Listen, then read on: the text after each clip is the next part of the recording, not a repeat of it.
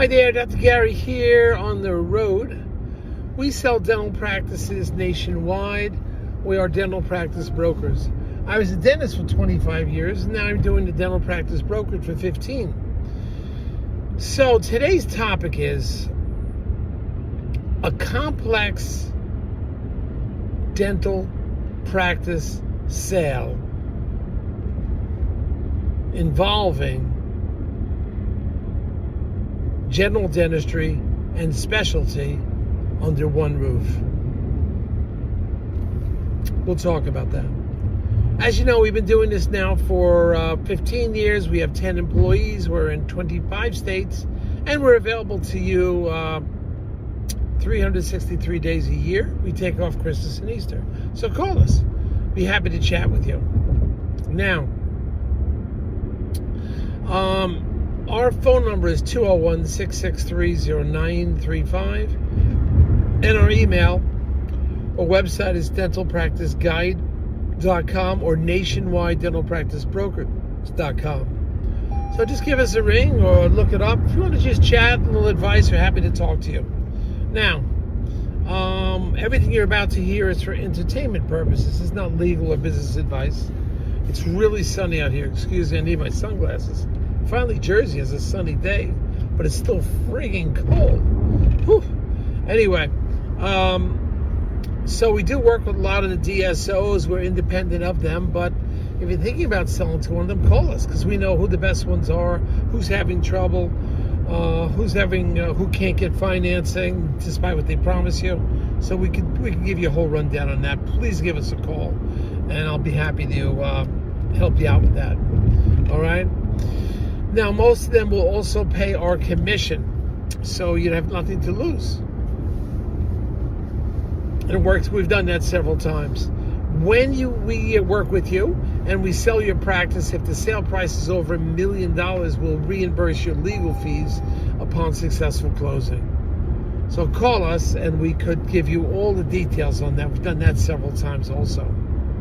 So anyway, what is this complex situation? Fortunately, these doctors have two offices in the same building. One of the offices, they're doing general dentistry, and the other office, they're doing specialty type of dentistry. They only want to sell the general dentistry portion.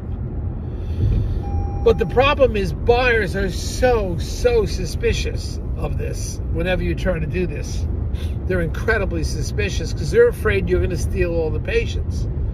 But they're claiming that they're going to stay in the same building. They'll sell the general dentistry office with the GP patients, and their specialty work is getting so busy they can't handle both anymore. So you've got to have a little backbone for this, and there's always a chance that something could happen. Some of those patients could gravitate to them, but they said, we don't want to do general dentistry anymore, or specialty dentistry is more lucrative. So you may have some confidence there, and they're older too, so the chances of them pulling some nonsense you are, somewhat small, but it can still happen, of course. So at this point, what will happen is we're going to try, and they did one mistake they made, which everybody makes when they have these two practices. They put everything on one tax return. And that gets so confusing. Yes, you can make separate profit and losses, but then you got to split up the staff. And that gets to be difficult. Splitting up the staff on the tax return or the profit and loss, splitting up the supply cost and all that. That's why they should have had a separate tax return a long time ago, and you would have seen consistency, what the bills were, what the pays were, and so forth. But it wasn't. This is typical of some of these guys. So we have to try to sell this. It will need a dentist that has a backbone, that doesn't feel they're going to try to steal back all of the GP dentistry, bring it back to their specialty office, which is upstairs, and they're downstairs one level. But if you have the right doctor and is really going to razzle and dazzle them with excellent customer service, might be able to keep them all and prevent any of that happen. Generally, the patients don't leave. Generally, they don't. But there could be some unscrupulous dentist out there that makes up some nonsense. So we could try to help you with that situation. Now, and this is a situation that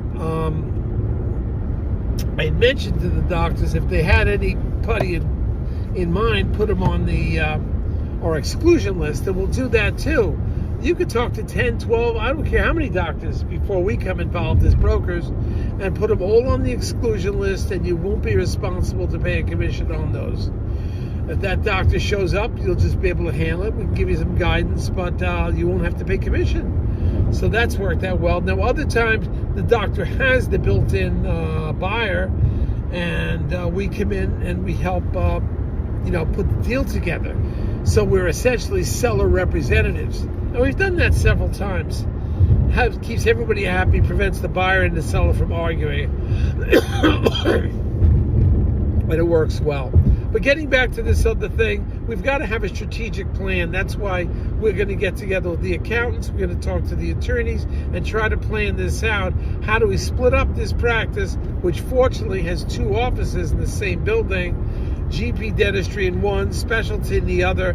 This is where you need a dental attorney that knows what they're doing and that has hopefully been through something like this. I know some attorneys are doing 160 closings per year. Incredible. But it does happen. So those are very knowledgeable attorneys. That's the kind of attorney we want working with our clients. And then we'll get another great attorney. And when you get those two together, they'll get their heads together.